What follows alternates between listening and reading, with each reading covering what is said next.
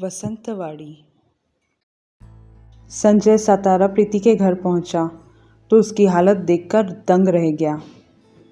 प्रीति नई दुल्हन कम एक बीमार काम वाली बाई लग रही थी। उसके कपड़े भी पुराने, शरीर में कोई गहने नहीं, यहाँ तक कि मंगलसूत्र के नाम पर काले मणि की माला थी। उसकी माँ ने कितने साल से पैसे जोड़कर बेटी के लिए मंगलसूत्र बनवाया था। हाथों में कांच की चूड़ियाँ थीं। माँ ने अपने कंगन पिघलवा कर प्रीति के लिए नई चूड़ियाँ बनवाई थी। संजय को दरवाजे पर देखकर प्रीति की आंखों में चमक आ गई थी, पर वो चमक एक पल में गायब हो गई। अपनी दशा याद करके उसने संजय से नजरें चुराई, अंदर आकर बैठने को कहा और भागकर अंदर चली गई। संजय सदमे में था। हंसने खेलने वाली प्रीति का क्या हाल हो गया है, सोचते हुए अंदर आकर संजय बाजू पड़ी कुर्सी पर बैठ गया। चारों तरफ नज़र दौड़ाई तो बहुत बड़ा वाड़ा था। कई कमरे होंगे ये अंदाज़ा लगाया जा सकता था। कुछ नौकर चाकर भी नज़र आ रहे थे। फिर उसने सोचा प्रीति भी तो उन्हीं में से एक नज़र आ रही थी। तुम संजय हो ना? एक आवाज़ ने संजय का ध्यान तोड़ा। जी नमस्कार प्रकाश राव, संजय बोला। प्रकाश बड़े कड़क आवाज़ में बोला, कब आए? कोई खबर नहीं दी आने की, कैसे क्या अचानक? संजय बोला, प्रकाश जी मैं प्रीति को लेने आया हूँ, दिवाली के लिए। क्यों, उसके मायके वाले मर गए क्या? प्रकाश बोला। संजय प्रकाश की बात सुन हैरान था। जी शुभ शुभ बोलिए। वो प्रीति के भाई का एक्सीडेंट हो गया और काका इतना लंबा सफ़र नहीं कर सकते थे। वैसे आपको टेलीग्राम कर दिया था कि मैं आ रहा हूँ प्रीति को लेने। हमें कोई टेलीग्राम नहीं मिला और प्रीति भी कहीं नहीं जाएगी, प्रकाश ने बड़े कड़े लफ्ज़ों में कहा। बस 2 दिन के लिए भेज दीजिए, फिर आप तो आएंगे ही। शादी के बाद पहली दिवाली तो ससुराल में ही मनाते हैं, ये तो आपका मान है। संजय शांति से मनाने की कोशिश कर रहा था। हमें कोई मान नहीं चाहिए, शादी में जो किया वो काफ़ी है, चाय पी कर जाना, बोलकर प्रकाश तेजी से बाहर चला गया। दरवाजे की आड़ से सब सुन रही थी प्रीति। आंसू पोंछकर संजय के लिए चाय नाश्ता ले आई, उसके आगे हाथ जोड़े और रोती हुई अंदर चली गई।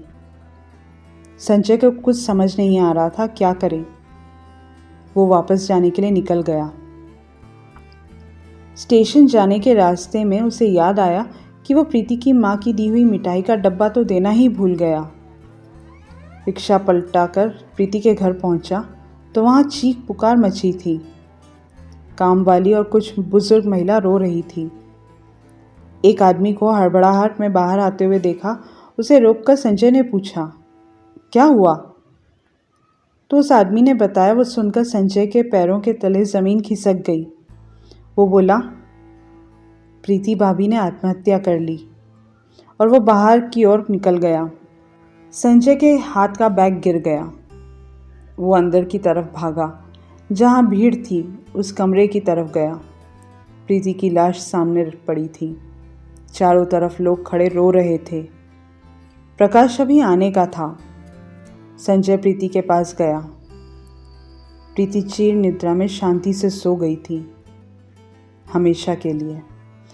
सबसे दूर चली गई बिना ये बताए कि आखिर उसके साथ हुआ क्या था। संजय से देखा नहीं गया और वो रोता हुआ बाहर आ गया। आंगन में पहुंचा जहाँ पर प्रीति ने उसके लिए चाय नाश्ता रखा था। संजय ने उस पर नज़र डाली। उसके आंसू रुक नहीं रहे थे। वो नीचे बैठ गया। वो चाय के कप को सहलाने लगा, ये सोचकर कि तुम्हारे हाथ की बनी आखिरी चाय भी नहीं पी पाया मैं, बदनसीब। उसने एक झटके में वो चाय मुंह में डाल ली। कप के नीचे तब उसे एक कागज़ नज़र आया। उसे खोलकर देखा तो उसमें प्रीति ने कुछ लिखा था। तुम्हें एक बार देखने की ख्वाहिश थी, अब मैं चैन से मर सकती हूँ। संजय सर पीट पीट कर दहाड़े मार रोने लगा। ये मैंने पहले क्यों नहीं देखा? देख लेता तो उसे ये कदम कभी नहीं उठाने देता। इतने में प्रकाश आ गया। उसके चेहरे पर कोई शिकन नहीं थी। नौकरों को हुक्म दिया, जल्दी से अंतिम संस्कार की तैयारी करो, मुझे ज़्यादा भीड़ भाड़ नहीं चाहिए। जल्दी जल्दी से प्रीति के अंतिम संस्कार की तैयारी हो गई। ज़्यादा लोग जमा होने से पहले अंतिम यात्रा निकल गई। वैसे भी प्रकाश से सब डरते थे। पैसे वाला जो था तो गांव के लोगों पर उसका रौब था। अंतिम यात्रा निकली तब संजय भी पीछे पीछे जिंदा लाश की तरह चले जा रहा था। शमशान घाट के बाहर संजय के पैर रुक गए। वो कैसे अपनी प्रीति को जलते देख सकता था? सोचकर ही उसकी रूह कांप रही थी। वहीं प्रकाश तो जैसे कोई जिम्मेदारी निपटा रहा था, बिना किसी भावना के। उसने प्रीति को मुखाग्नि दी और तुरंत वहां से निकल गया। संजय रात भर शमशान घाट के बाहर बैठा प्रीति की चिता को जलते देख रहा था। रात भर में उसने प्रीति के साथ बिताए सारे पल याद कर लिए, और वो पल भी जब अनुपमा ने दोनों को भाग जाने का सुझाव दिया था, लेकिन दोनों ने ही परिवार के लिए अपने प्रेम की बलि चढ़ा दी। संजय ने प्रीति को उसकी शादी में एक नाक का नथ दिया था। संजय को प्रीति नथनी में बहुत सुंदर लगती थी। प्रीति ने शादी में वही नथनी पहनी थी। संजय उसे याद करके मुस्कुरा भी रहा था और रो भी रहा था। सुबह होने से पहले संजय वहां से लौट गया।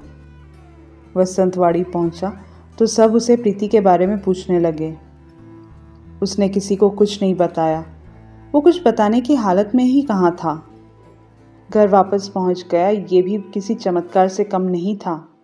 उसे तो होश भी नहीं था कि वो कब वहां से निकला और कैसे घर तक आया। सब सवाल करते रहे, पर वो सीधा अपने कमरे में चला गया और दरवाज़ा बंद कर लिया।